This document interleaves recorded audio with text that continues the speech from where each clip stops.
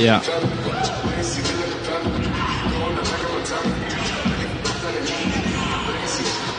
Just a true testament of how tremendous for both of these teams to execute this.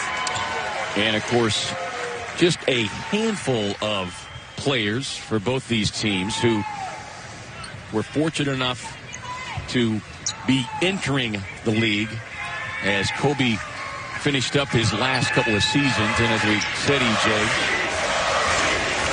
the chance of talk one out apropos here, right? Kawhi, obviously a lot of emotion for everyone tonight coming into this game. How are you guys able to stay focused? Oh, man, you know, just wanting to win the game, want to finish out the road trip great. You know, just knowing him personally, I know he'd have wanted me to come out here and try to ball and, you know, still just be great. So, you know, that's what I tried to do tonight. Can you describe the mood amongst your teammates? I mean, everybody's sad, you know what I mean? You know, words can explain his impact he had on this floor. You know, the emotional impact he had on everybody, you know what I mean? You know, we're a team from LA, so we know LA's history with him. And, you know, I mean, it's just sad. It seemed like both teams tonight, both the Clippers and the Magic, came out a little out of sorts, probably because of the news today. What was the key in getting you guys to recover and to win this game and end the road trip on a positive? I mean, you know, before the game, we ran out the clock 24 seconds, you know, for Kobe, and then they got a half-court violation, 8 seconds to do a tribute towards him. So, you know, just things like that would just, you know, keep the game out of whack. And, I mean, like I said, just, you know, you end up getting your adrenaline running, and you just got to play basketball. That's our job. But, you know, it's sad. He's going to be missed. I think it was hard for all of us to do our jobs today, though. Thank you, Kawhi. Yep. I'm just going to make a brief statement on behalf of the Nets organization, and we'd like to express our sincerest condolences to the Bryant family and everybody affected by the tragedy.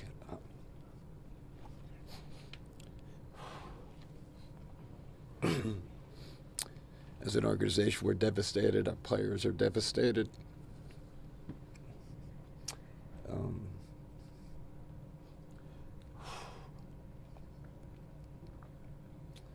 We have a player that was very close to Kobe. That's our thoughts and prayers are with him also. Just a tough time for the NBA, for all of us. But that's really all I have to say. Nothing. Thank you. And you got to imagine, you know, how hard it is to do your job at that point, right?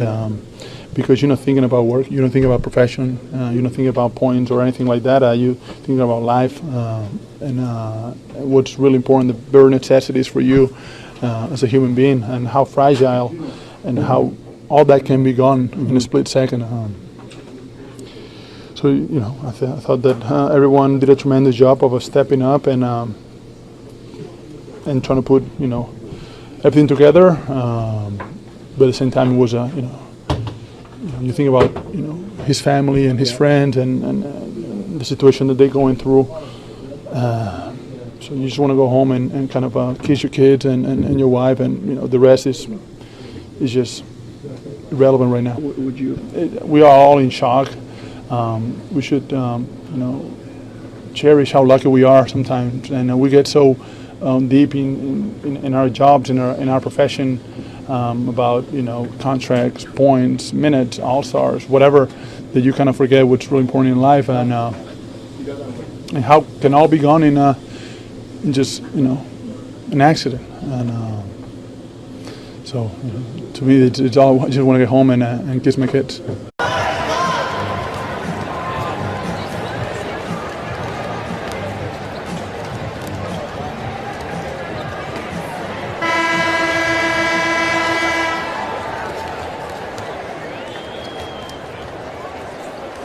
it looked like he was the happiest he's ever been after basketball. Him and Gigi's relationship was, I mean, everybody saw it. That's all he posted about. And this was tough. I don't know how we played today. I would start thinking about the game, and then it would just snap back into my mind. We have to play tomorrow, and I'm sure Utah will do a tribute, and this pain's not going to go away anytime soon. You don't even have to be a basketball fan to feel this. You know, one of the most competitive athletes, iconic athletes. And honestly, to be completely honest, more so as a father, what he's meant to that family. I'm going to pray for Vanessa and the kids. And may he rest in peace, man. This was tough. Today's that day. I never had a personal relationship with Kobe.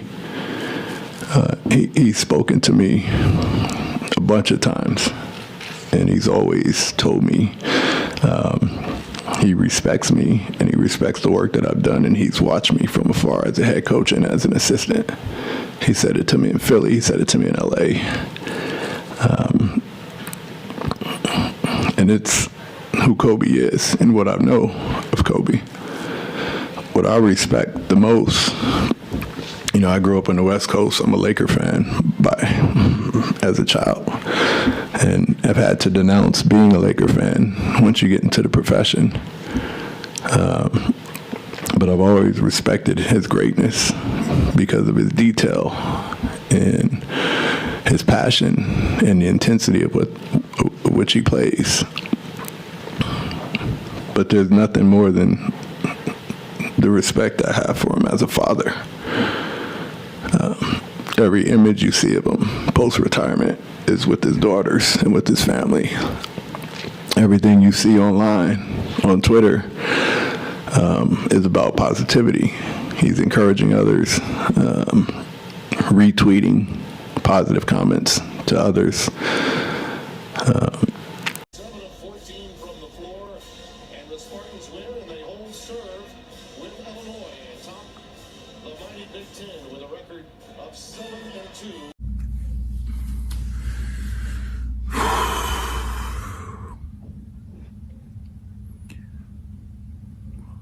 Today is one of the saddest days in my lifetime. It seems like a bad dream that you just want to wake up from. It's a nightmare.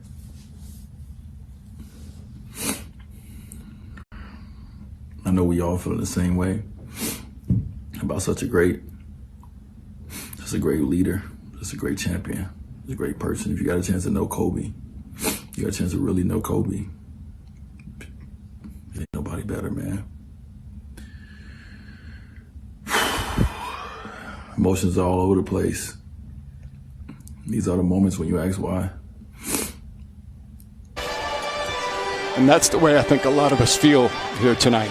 Just don't feel like broadcasting. I know a lot of the players, don't feel like playing. It's just a sad, sad day. Yeah, you're right, Mike. Like I said, it was like a shot, man, to you. Tyson Chandler played with Kobe.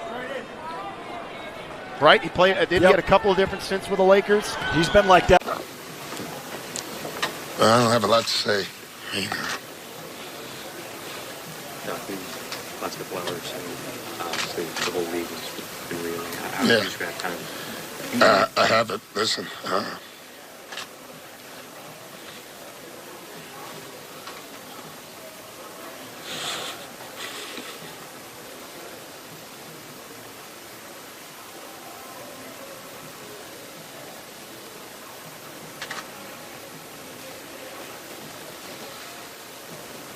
How feels Kobe to play a game right now? I don't know.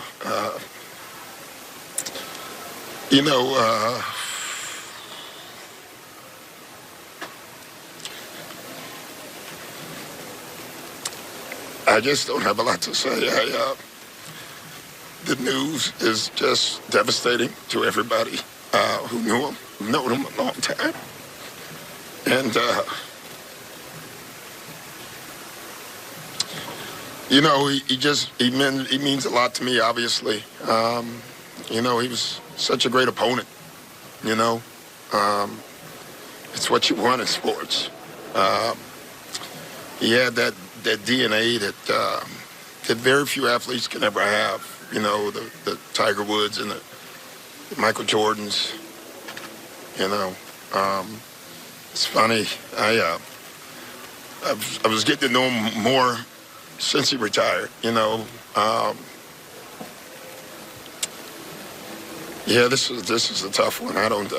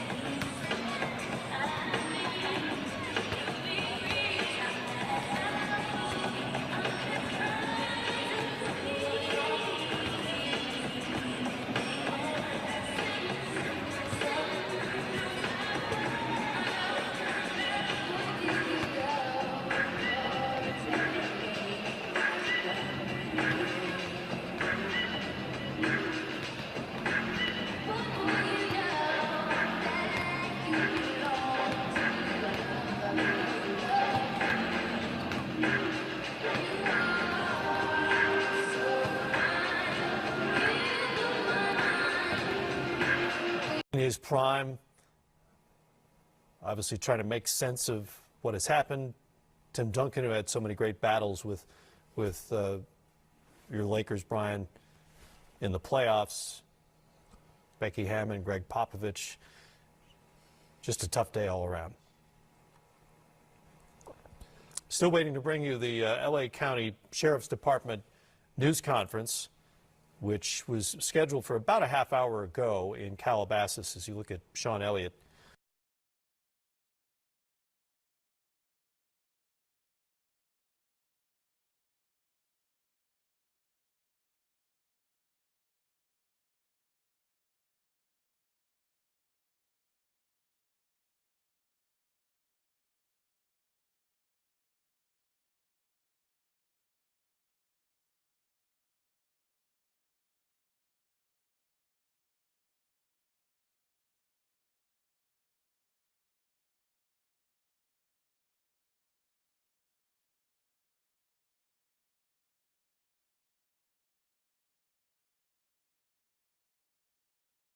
With the tragedy of losing Kobe and Gianna Bryant, he was very much a fan of yours. He's talked about it before. What did he mean to you growing up? He meant a lot to me growing up. I respected the hell out of him. I mean, you just hate to see it happen like that. To him and his daughter, I send my prayers, my condolences. I couldn't focus at first when I first heard the news. It was tough getting out there at first, but, man, I just send my prayers for the family. I'm sorry it happened like that. You certainly were able to focus.